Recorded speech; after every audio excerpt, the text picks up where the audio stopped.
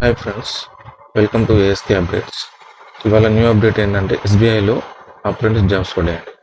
Apprentice jobs okay, apprentice jobs పడ్డాయి.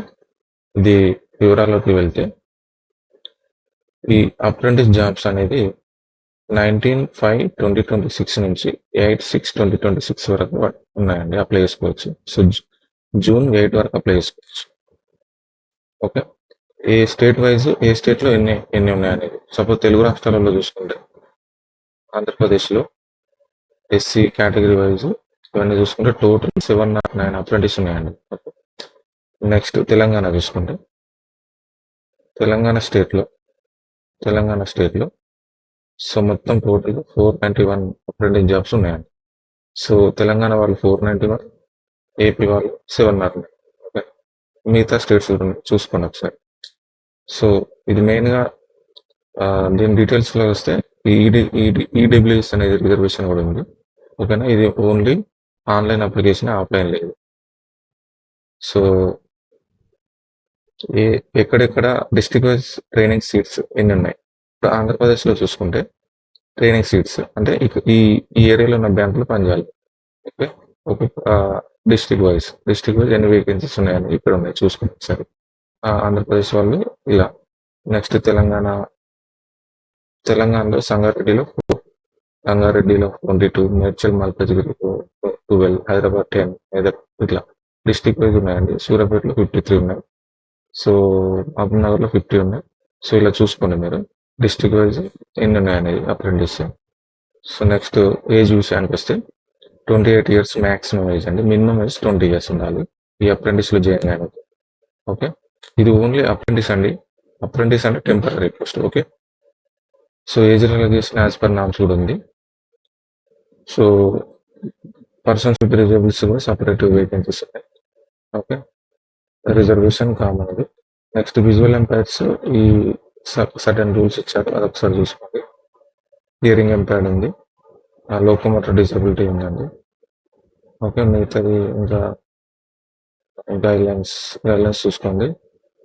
So 40% disability ఉన్న వాళ్ళు, సో ఈ persons with disabilities some rules ఉన్నాయండి, అదొకసారి చూసుకోండి. Okay, next educational qualification important. ఇది ఎడ్యుకేషనల్ క్వాలిఫికేషన్ ఏముండాలి? గ్రాడ్యుయేషన్ ఉండాలి. ఓకే, గ్రాడ్యుయేషన్ అయిపోతే అప్రెంటిస్కి ఎలిజిబుల్. ఓకే, ఒకటి ఇంపార్టెంట్ విషయం ఏంటంటే ఇదివరకు అప్రెంటిస్ చేసి ఉన్న వాళ్ళు అవసరం లేదు, దీనికి ఎలిజిబుల్ కాదు. ఓకే, ట్రైనింగ్ ఎంత 1 year ఉంటుందండి. ఓకే, ఈ స్టైఫండ్ బెనిఫిట్ ఎంత ఇస్తారు? Per month 15,000 fix. ఓకే, ఏ అలవెన్స్ ఉండదు. Okay, not eligible for any other allowance క్లియర్గా మెన్షన్ చేసింది. ఓకే, ఈ వెయిటేజ్ ఇస్తారండి. ఇప్పుడు జూనియర్ అసోసియేట్ ఎస్బీఐలో పడుతుంది కదా క్లర్క్స్, సో దానికి ఈ అప్రెంటిస్ చేసిన వాళ్ళకి వెయిటేజ్ ఉంటుంది. ఓకేనా, సో ఓకే, టెస్ట్ మరి ఎలా తీసుకుంటుంది? Online test, online return test and test of local language. Okay, ఒకటి జనరల్ అవేర్నెస్ ఉంటుంది, 25 క్వశ్చన్స్, 25 మార్క్స్, 15 మినిట్స్లో చేయాలి. సో జనరల్ ఇంగ్లీష్ ఉంటుంది, 25 క్వశ్చన్స్, 25 మార్క్స్. క్వాంటిటేటివ్ యాప్టిట్యూడ్ ఉంటుంది, 25 క్వశ్చన్స్, 25 మార్క్స్.